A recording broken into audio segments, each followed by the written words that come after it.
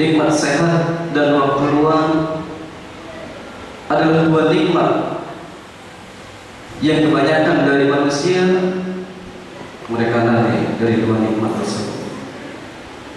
Sehingga Nabi Sallallahu Alaihi Wasallam mengingatkan kepada umatnya, nikmatani maqbulun fihi makathirun minan nas as-sihat wal faragh. Dua nikmat yang kebanyakan manusia lari dari dua nikmat tersebut adalah nikmat sehat dan waktu luang. Maka hadirin sekalian, sebagai orang yang mukmin, maka sudah sepatutnya tatkala Allah Subhanahu wa taala memberikan nikmat, maka dia bersyukur kepada Allah Subhanahu wa taala. Maka tatkala kita mendapatkan nikmat dari Allah Subhanahu wa taala, maka yang pertama adalah kita mensyukuri dengan lisan kita, dengan kita mengucapkan alhamdulillah. Dan yang kedua, dengan kita mengakui nikmat yang ada pada diri kita semata-mata datangnya dari Allah Subhanahu wa taala. Dan ini terkadang susah bagi sebagian orang. Mereka lalai bahwa nikmat yang kita miliki, mereka lupa bahwasanya itu hakikatnya dari Allah Subhanahu wa taala. Maka meyakini bahwa nikmat yang kita miliki itu semata-mata datangnya dari Allah adalah bentuk dari kita mensyukuri nikmat Allah Subhanahu wa taala. Maka hadirin sekalian, Fudail bin Iyad tatkala beliau mendengarkan buah-buah ayat dari surat Al-Balad, alam naj'al lahu 'aynan wa lisanan wa syafatain, maka beliau menangis. Maka tatkala ditanya para muridnya, "Wahai Imam, kenapa kau menangis?" Lalu beliau mengatakan, "Sudahkah kalian bersyukur kepada Allah Taala yang telah menciptakan untuk kalian dua pasang mata? Sudahkah kalian bersyukur kepada Allah Subhanahu wa taala yang telah menciptakan untuk kalian dua bibir dan lidah?" Beliau mengulang-ulang nikmat Allah tersebut. Dia merasa bahwa nikmat yang Allah Taala berikan kepada dirinya itu semata-mata datangnya dari Allah Subhanahu wa taala. Maka dia menangis kalau seandainya dia tidak bersyukur kepada Allah Subhanahu wa taala. Maka hadirin, sudahkah kita bersyukur dengan nikmat lisan kita, dengan kita gunakan untuk berzikir kepada Allah Subhanahu wa taala? Sudah kita mensyukuri nikmat kaki kita, kita gunakan untuk melangkah di jalan-jalan yang Allah cintai dan ridhoi? Atau malah sebaliknya, kita gunakan nikmat itu di jalan yang Allah benci sehingga akan mendatangkan murka dari Allah Subhanahu wa taala? Kemudian di antara kita mensyukuri nikmat Allah adalah dengan kita menggunakan nikmat tersebut di jalan yang Allah Taala cintai, di antaranya dengan kita menuntut ilmu. Sehingga Nabi Sallallahu Alaihi Wasallam mengingatkan kepada umatnya dengan memberikan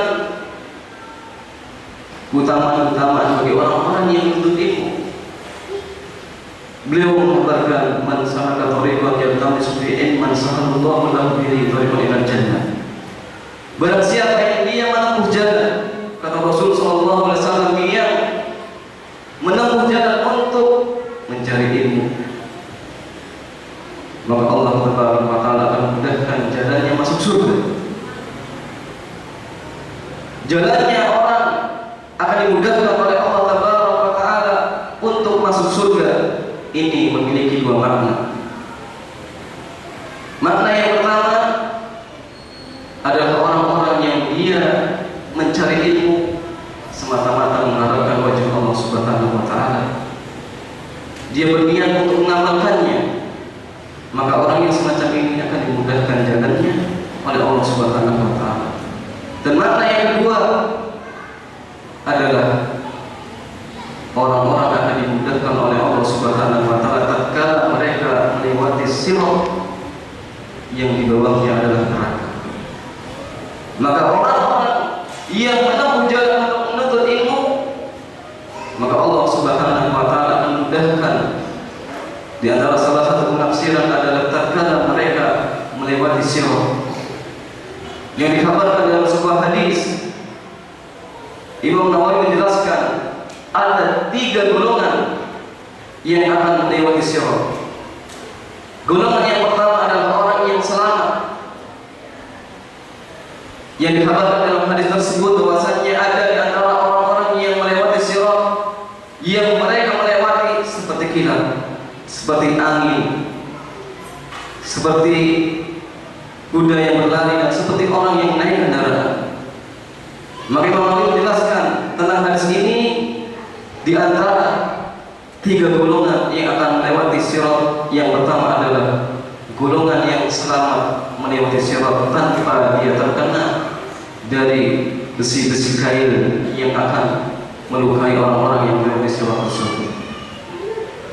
Kemudian golongan yang kedua kita sebutkan, mereka adalah orang-orang yang akan terkena kail. Dia terluka namun dia selamat sampai ke dalam surga. Dan golongan yang ketiga, mereka orang-orang yang tidak mau menyeberang, dan mereka tatkala menyeberang akan terkena kail tersebut sehingga terjerumus ke dalam neraka. Maka hadirin kaum muslimin, di antara sarana kita untuk memudahkan masuk surga, maka dengan kita menuntut ilmu. Namun hadirin sekalian, kalau orang-orang yang menghadiri majlis ilmu, maka Allah Ta'ala akan memberikan cahaya tatkala mereka melewati sirat. Maka setan tidak akan tinggal diam ketika melihat manusia berada di jalan kebaikan. Maka tatkala setan bersumpah, mereka mengatakan la'atiyannahum min baini aydihim wa min khalfihim wa an aymanihim wa an syama'ilihim wa la tajidu aktsarahum syakirin.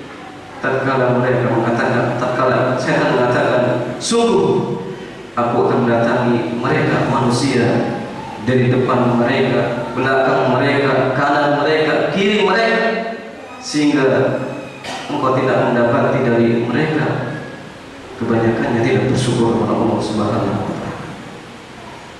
Maka setan tatkala mengatakan, qala rabbi bima aghwaytani la uzayyinanna lahum fil ardi wa la ughwiyannahum ajma'in. Wahai Rabb, karena engkau telah memutuskan bahwasanya aku sesat, sungguh aku akan menjadikan perbuatan-perbuatan yang jelek terasa indah pada manusia, dan sungguh aku akan menyesatkan semuanya.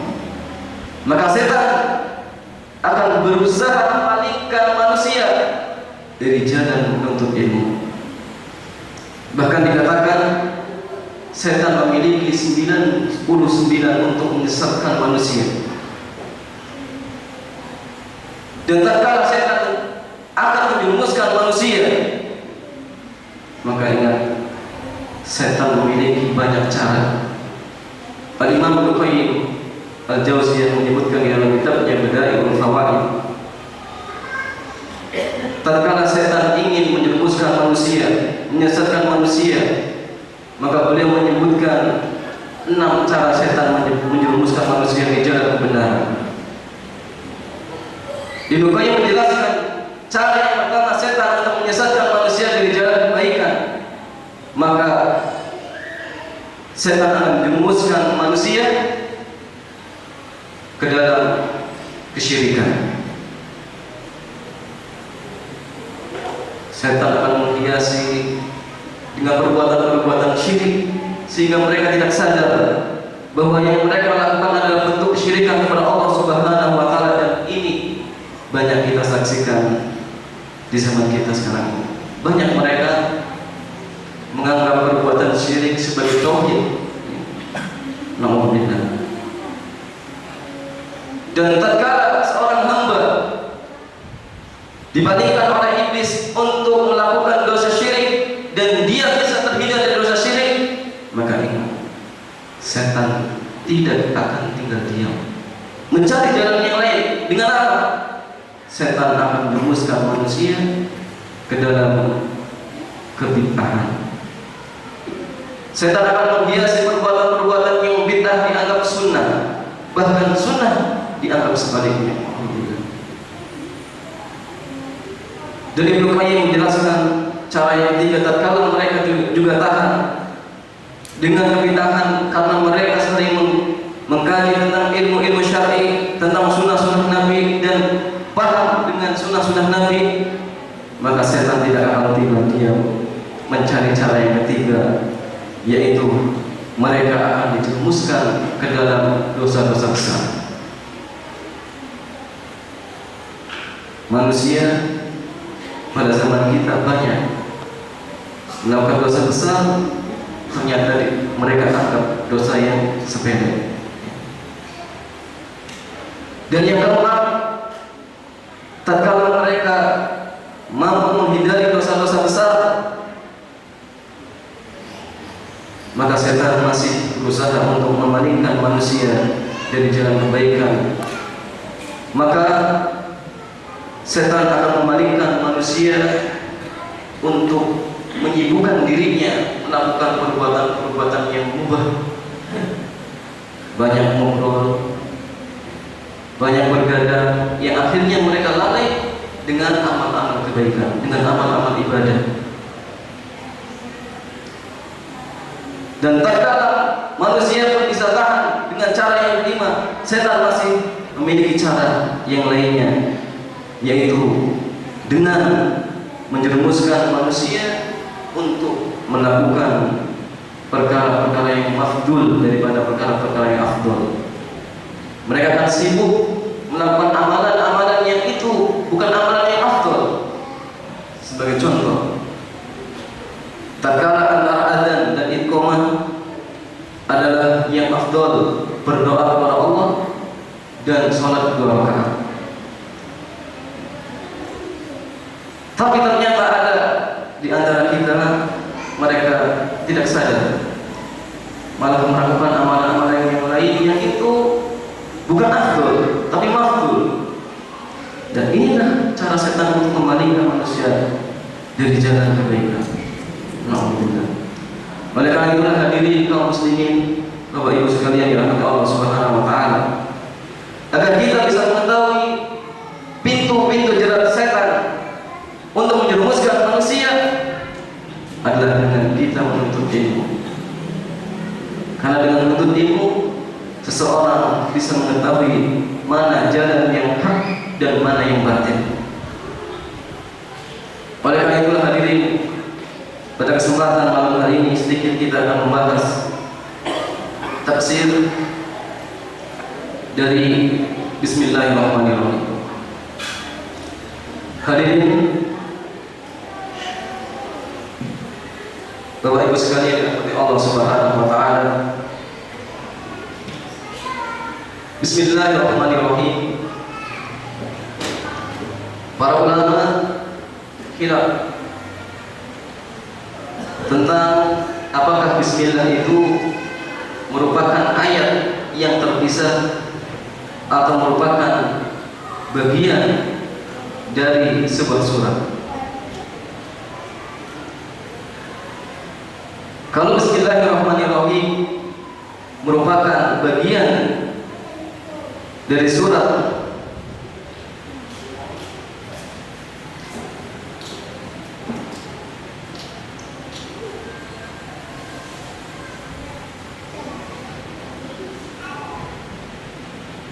An-Naml, maka ini adalah kesepakatan dari para ulama.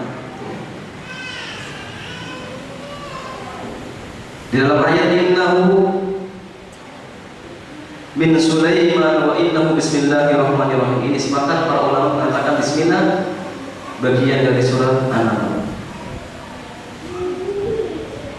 Namun bismillah yang lainnya selain dari surat An-Naml mereka khilaf menjadi 3 madhab. Yang pertama mengatakan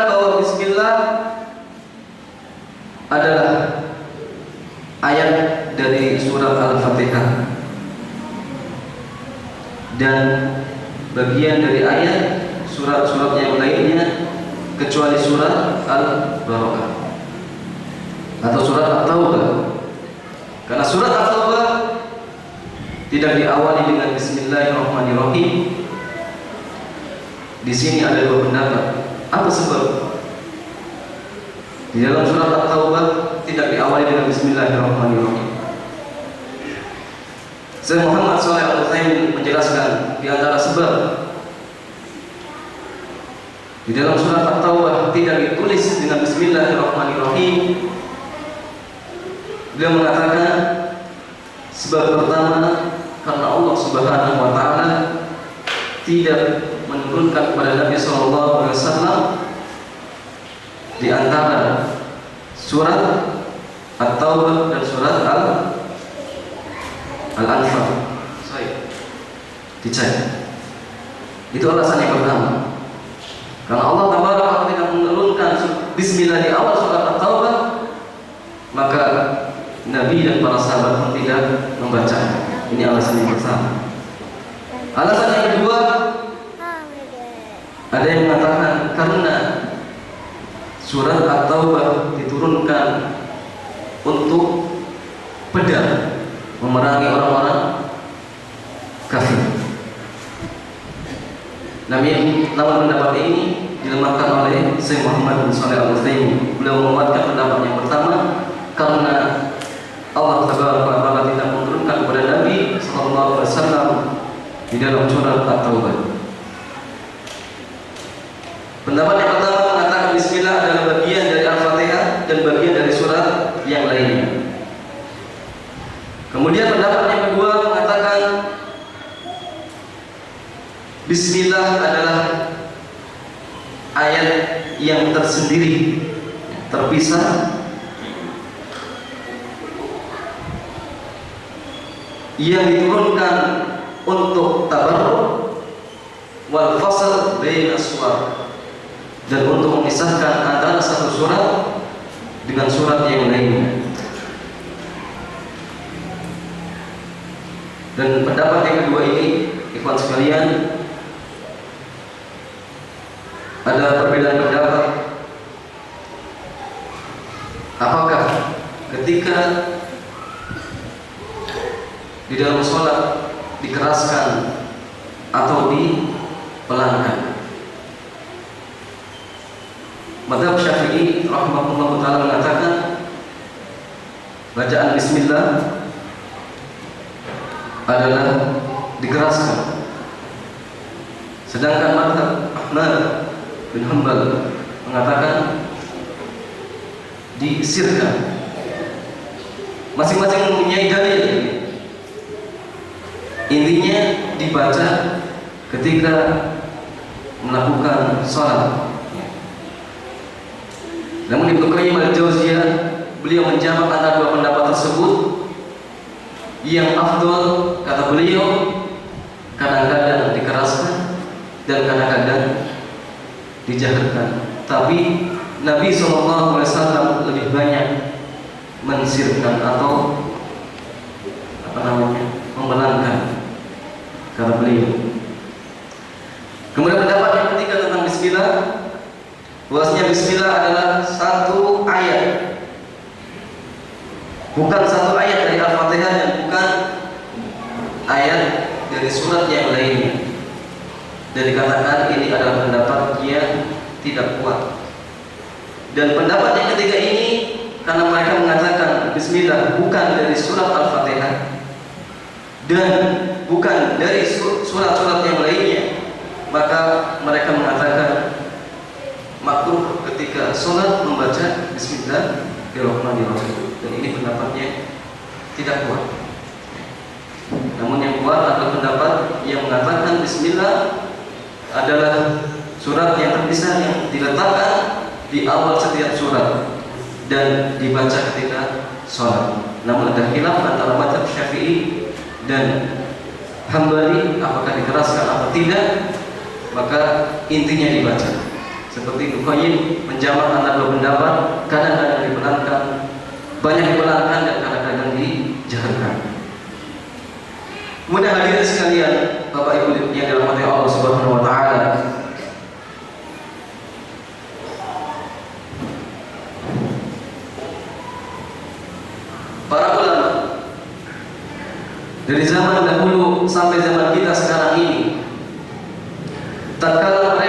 menulis kitab atau menulis karya-karya ilmiah, maka mereka mengawali dengan Bismillahirrahmanirrahim. Ini disebutkan karena memiliki sebab. Disebutkan ada 3 sebab. Sebab yang pertama, karena mencontoh Al-Quran. Karena Al-Quran diawali dengan Bismillahirrahmanirrahim.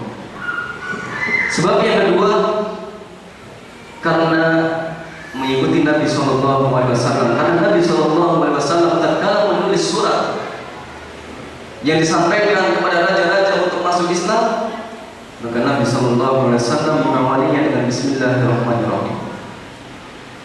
Alasan yang ketiga, kenapa mereka ketika menulis kitab diawali dengan Bismillah, karena ini sunnah yang berjalan di antara para ulama tatkala mereka menulis kitab, maka mereka mengawalinya dengan Bismillahirrahmanirrahim.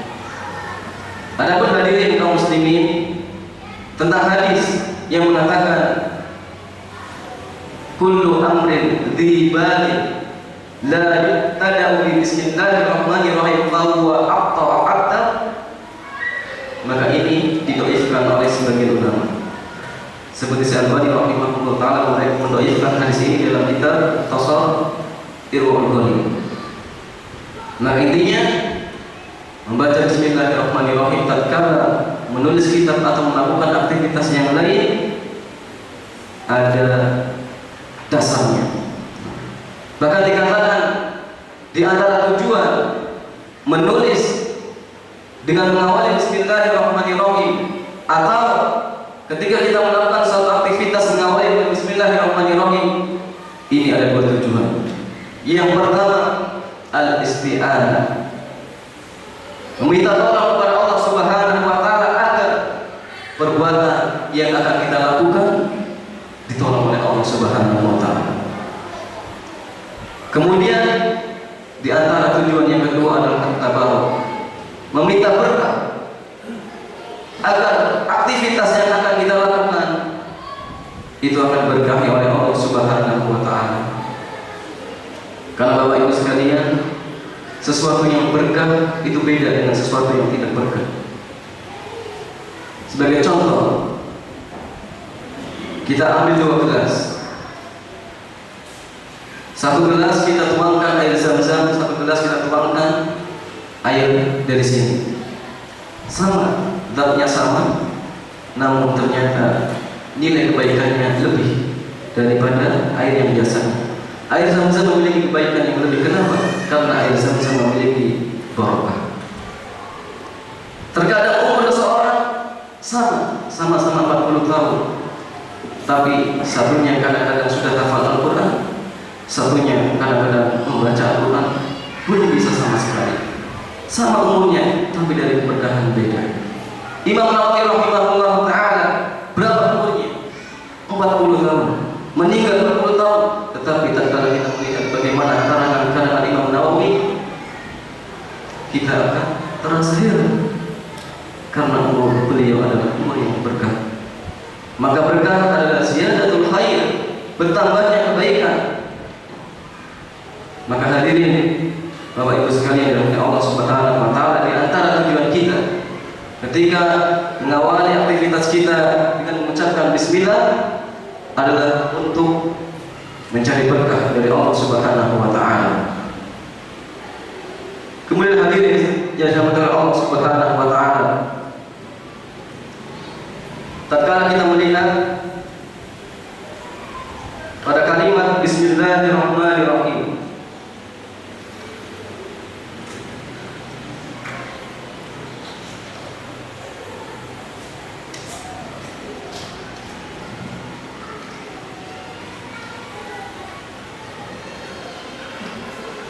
maka yang pertama kita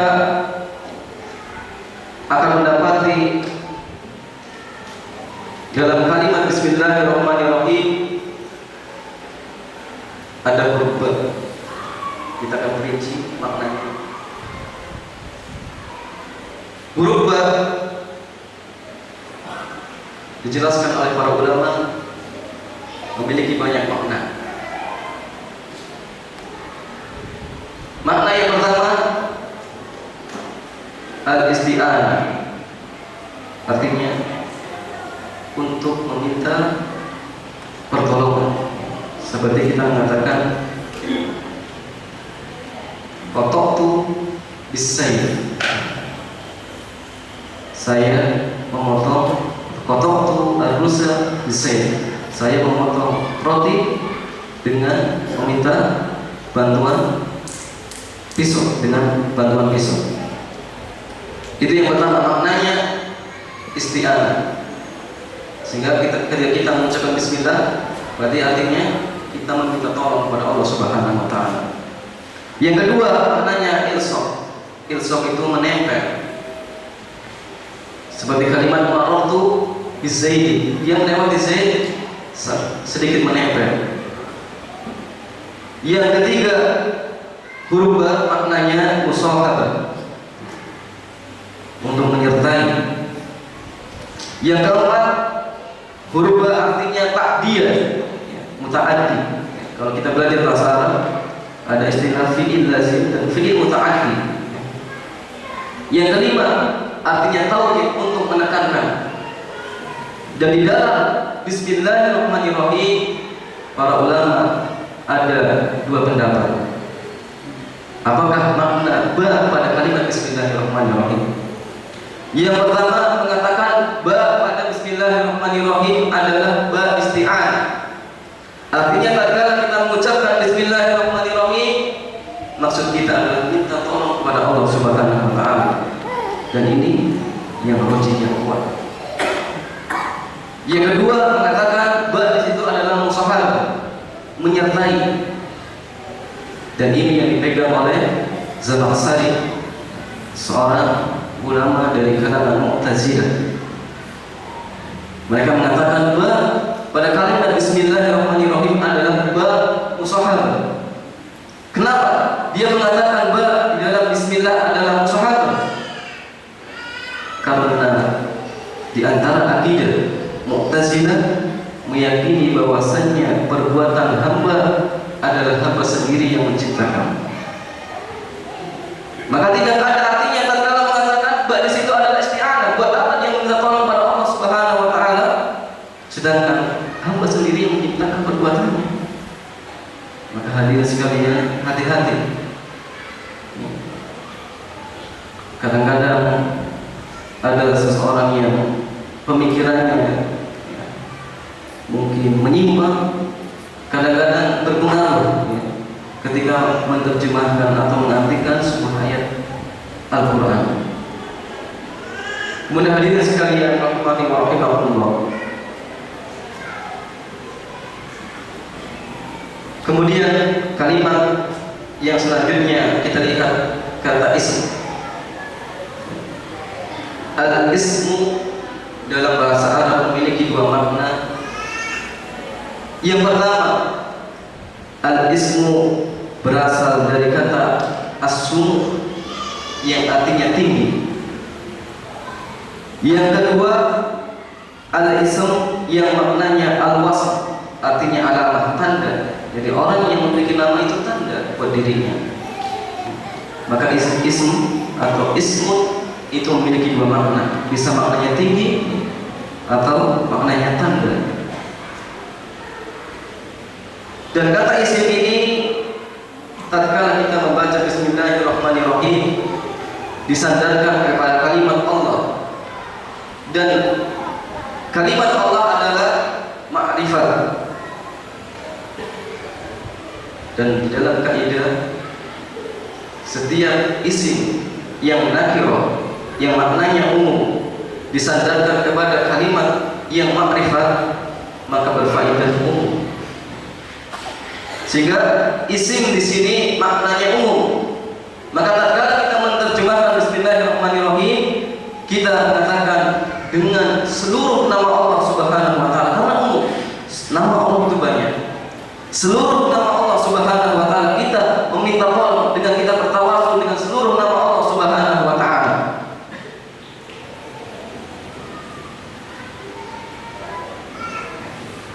Kemudian hadirin sekalian, Bismillah ini adalah, kalau kita belajar bahasa Arab, istilahnya jar dan majrur. Ada huruf jar dan isim majrur. Setiap jar dan majrur harus memiliki muta'alliq. Jadi kalimat yang dia berkaitan. Di sini hadirin sekalian, para ulama berbeda pendapat. Apakah muta'alliq dari kalimat bismillah? Apakah fi'il atau isim? Maka di antara ulama ahli bahasa dari orang-orang Kufi mengatakan bahwasannya muta'alliq pada kalimat bismillah adalah fi'il, dan ini sesuai dengan momen tatkala dia mengucapkan bismillah, maka dia ingin melakukan suatu perbuatan. Sedangkan ulama dari kalangan Basrah mengatakan muta'alliq dari bismillah adalah isim. Dua-duanya memiliki dalil. Dalil yang pertama bahwasanya muta'alliq di situ adalah fi'il. Dalilnya firman Allah Subhanahu wa taala, "Iqra bismi rabbikal ladzi khalaq." Iqra adalah muta'alliq, Iqra adalah fi'il. Bacalah, fi'il amr. Dan yang mengatakan isim, dalilnya bismillahi majreha. Majreha ini adalah isim. Namun di antara ulama muhaqqiqin menguatkan bahwa muta'alliq pada kalimat bismillah adalah fi'il, ya, karena ini sesuai dengan norma. Dia mengatakan ketika menulis, berarti dia menulis mengatakan aktubu bismillahirrahmanirrahim. Sehingga di sini para ulama khilaf, di manakah takdir dari muta'alliq, apakah di depan atau di belakang? Bismillahirrahmanirrahim aqra atau aqra'u bismillahirrahmanirrahim? Sebagian ulama mengatakan, dan ini yang dikuatkan oleh para ulama muhaqqiqin, mengatakan bahwa takdir dari muta'alliq bismillahirrahmanirrahim adalah diletakkan di depan. Karena ini hadirin sekalian memiliki maksud dan tujuan. Di antara maksud dan tujuan tersebut, ketika mentakdirkan muta'alliq di depan, yang pertama adalah karena kita mengawali perbuatan kita dengan kita membaca nama-nama Allah Subhanahu wa taala. Dikedepankan artinya itu diakhirkan maksudnya. Kemudian yang kedua di antaranya faedahnya adalah lil hasad, untuk membatasi. Artinya apa? Tatkala kita memulai aktivitas kita dengan kita memulai bismillahirrahmanirrahim, maka kita membatasi perbuatan kita dengan kita meminta tolong kepada Allah Subhanahu wa taala.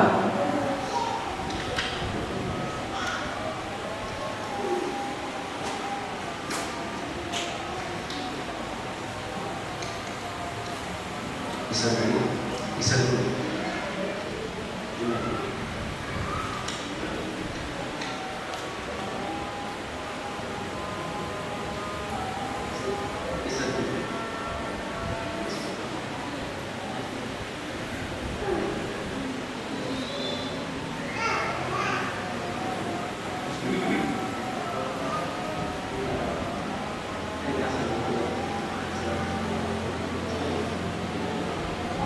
Kita sedikitkan, kita ringkas.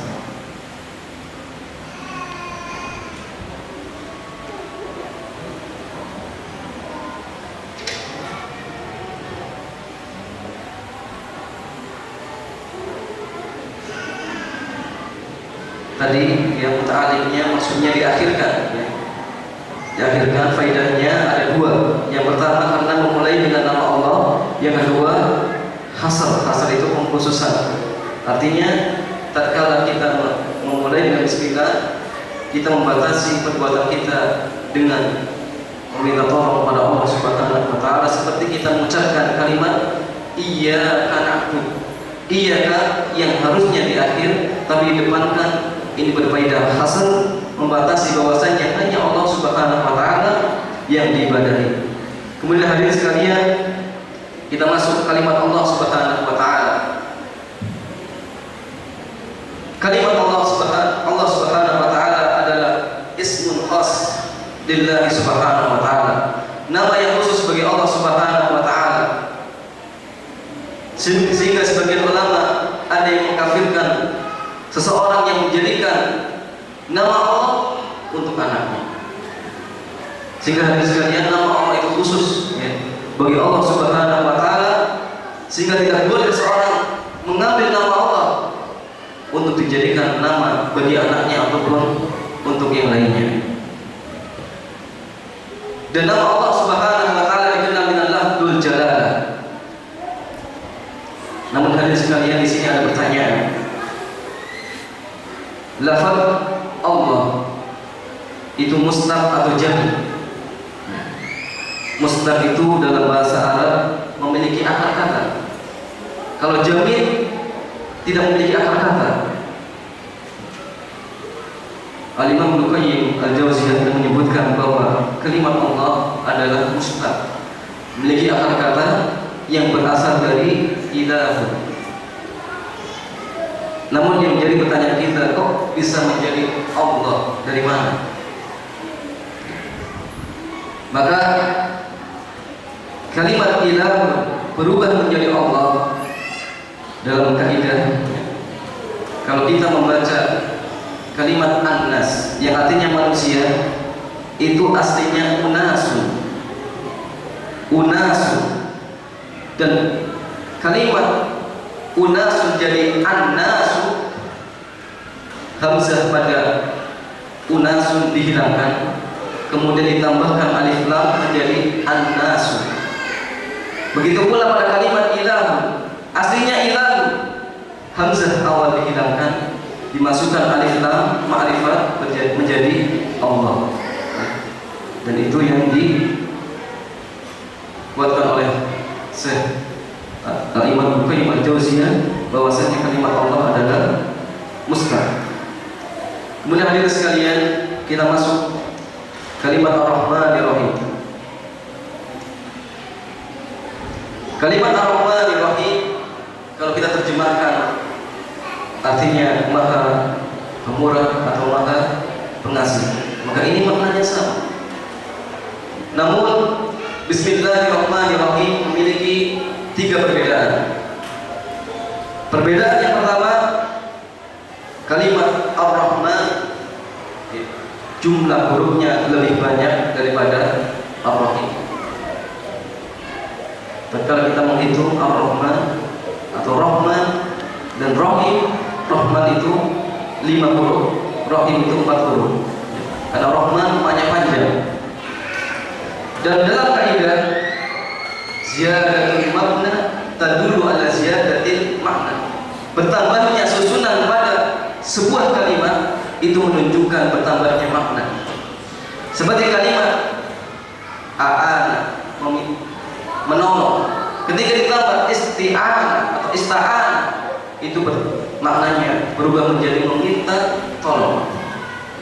Maka Ar-Rahman maknanya lebih luas daripada Rahim. Sehingga perbedaan yang kedua dikatakan Ar-Rahman artinya adalah rahmat yang terkandung di dalamnya umum untuk seluruh manusia, untuk seluruh makhluk dan manusia, seluruh makhluk.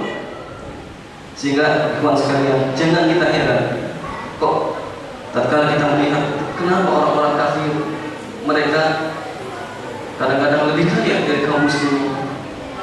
Ini karena rahmat Allah Subhanahu wa taala dengan nama Rahman. Karena rahmat Allah luas untuk seluruh makhluknya. Sehingga Rahim yang kedua, perbedaannya adalah Rahim ini artinya rahmat Allah yang khusus untuk orang-orang yang beriman.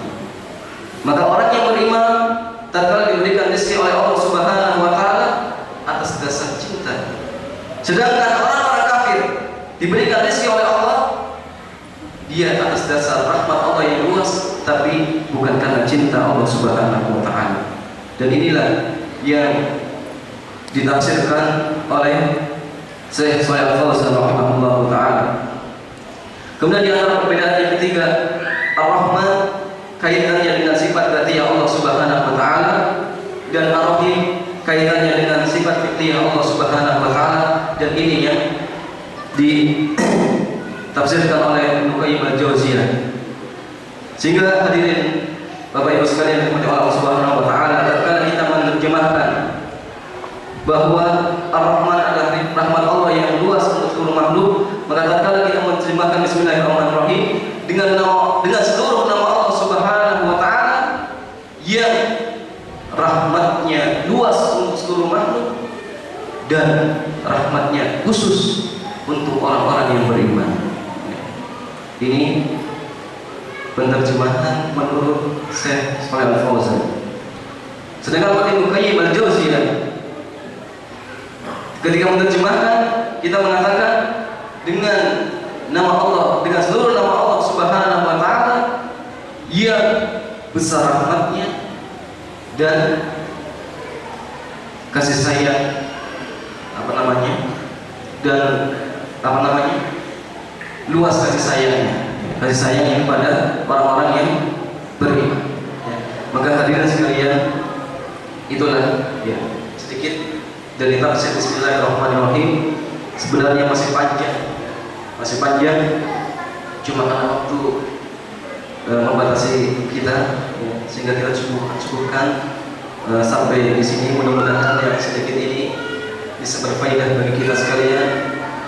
Yang terakhir saya ingatkan hadirin sekalian, memahami Al-Quran dengan kita mentadabburi makna-maknanya, maka ini sangat penting sekali.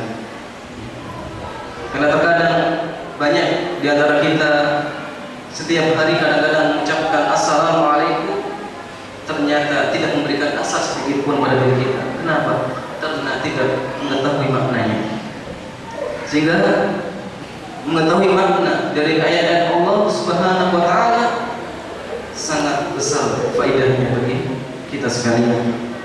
Sehingga kita niatkan untuk menggali ayat Allah Subhanahu wa taala dan tafsir-tafsirnya, sehingga tatkala kita membacanya kita bisa mentadabburi, dan tatkala kita membacanya ketika sholat kita dia khusyuk, dan kita bisa lebih tumakninah lagi ketika kita mengerjakan sholat kepada Allah Subhanahu wa taala. Akhirul kalam, subhanallah wa bihamdihi, asyhadu an